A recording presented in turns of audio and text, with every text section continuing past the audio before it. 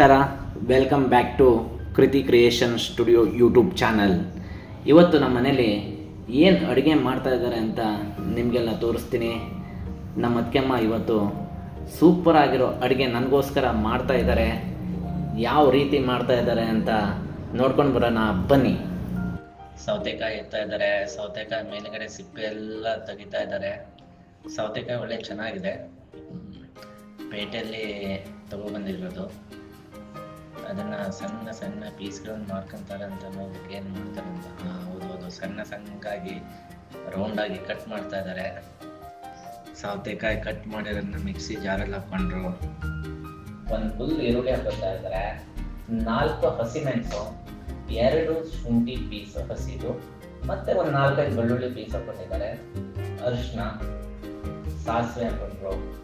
ಇದನ್ನ ಗ್ರೈಂಡ್ ಮಾಡಿ ಮೊಸರು ಹಾಕ್ತಾ ಇದ್ದಾರೆ. ಅಂದ್ರೆ ಇದು ಖಂಡಿತವಾಗ್ಲೂ ನನ್ನ ಫೇವ್ರೇಟ್ ಮಜ್ಜಿಗೆ ಸಾರು.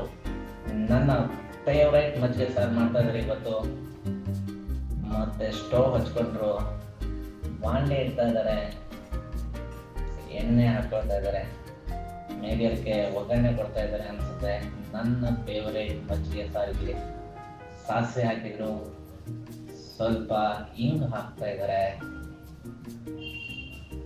ನಾರ್ಮಲ್ ಆಗಿ ಬೆಳ್ಳುಳ್ಳಿ,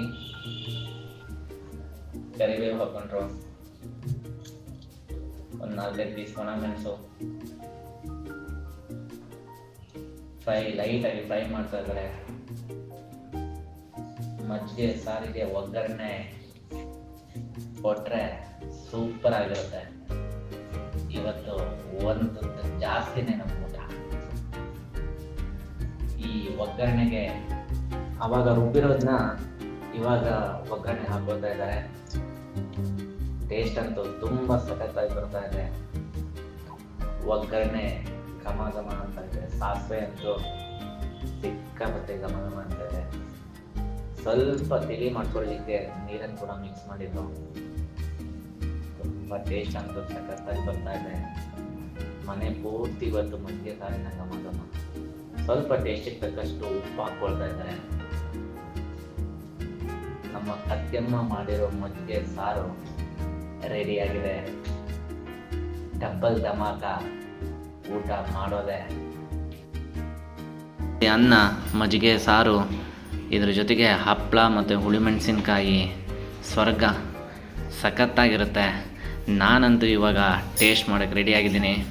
ನೀವು ಕೂಡ ಈ ರೆಸಿಪಿನ ನಿಮ್ಮ ಮನೆಯಲ್ಲಿ ಒಂದು ಸಲ ಟ್ರೈ ಮಾಡಿ ನನಗೋಸ್ಕರ. ಅದೇ ರೀತಿ ಯಾವ ರೀತಿ ಇದೆ ಅಂತೇಳಿ ಕಮೆಂಟ್ ಸೆಕ್ಷನಲ್ಲಿ ತಿಳಿಸಿ.